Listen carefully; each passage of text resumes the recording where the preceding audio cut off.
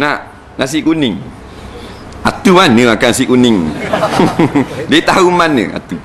Nah, Nabi cerita atu ni wujud. Atu tu jin lah.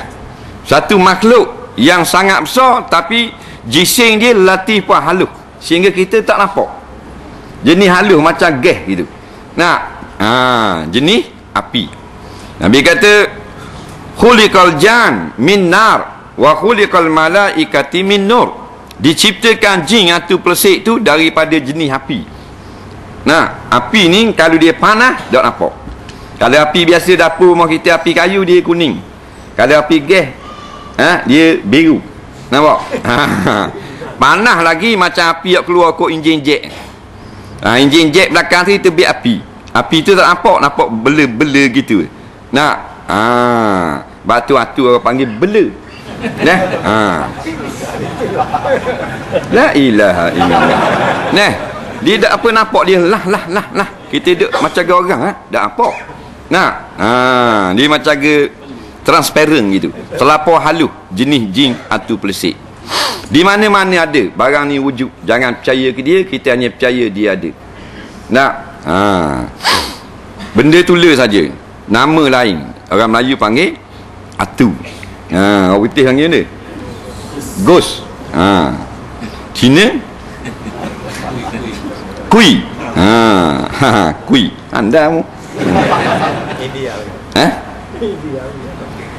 India. Bahasa India panggil dia atu. Value.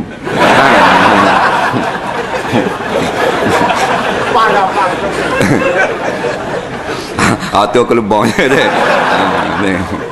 Tak kira lah di mana pun dia wujud. Di mana dia apreka, tanya masyarakat dia, ada atu. Pasal ngosek kadang-kadang tunjuk rupa. Tak, ada. Nah, di negeri orang putih ada. Lepas tu dia buat cerita atu. Cina ada, atu Cina, pocong. Tak, Jepun buat cerita atu, benda tu wujud. Nah, cuma datang Islam memberitahu memang wujud ni makhluk Allah yang jahat. Jangan kita takut kepada dia. Nampak? Baru comel akidah kita. Barulah kemah.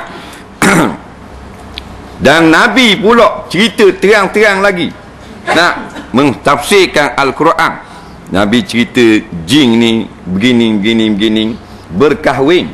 Jin kahwin. Nah, tu ni dia kahwin, dia ada tina jatang. Cuma dia beranak balik selalu. Kalau hak beriman semayang, kalau hak kafir sembah berhala jin. Dan Nabi khabar makan jin, makan tulang. Jin kafir makan tulang yang kotor, hak najis.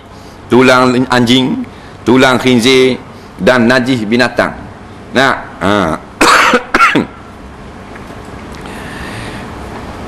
Yang jahat atu persik hak jenis huduh ni adalah jin kafir.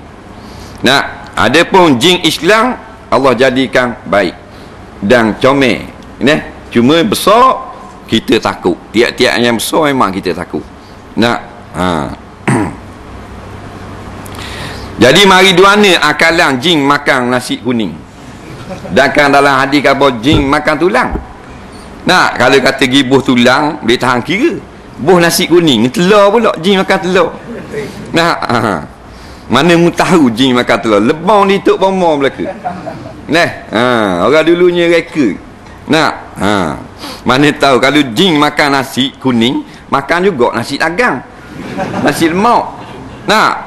Tom yang juga makan juga. Makan belaka. Ini pelawak belaka. Dan hendaklah engkau ketahui bahawa hatu dan jin dan persik dan tok keramat dan tok nenek, semuanya itu makhluk Allah Ta'ala.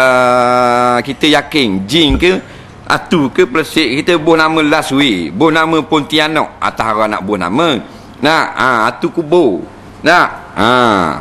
Benda lagi sundal bolong. Benda lagi hatu raya. Tu raya ni hari raya je ada. Kau pandang hatu apa pun, Dracula ke apa ke, semua tu makhluk Allah. Tak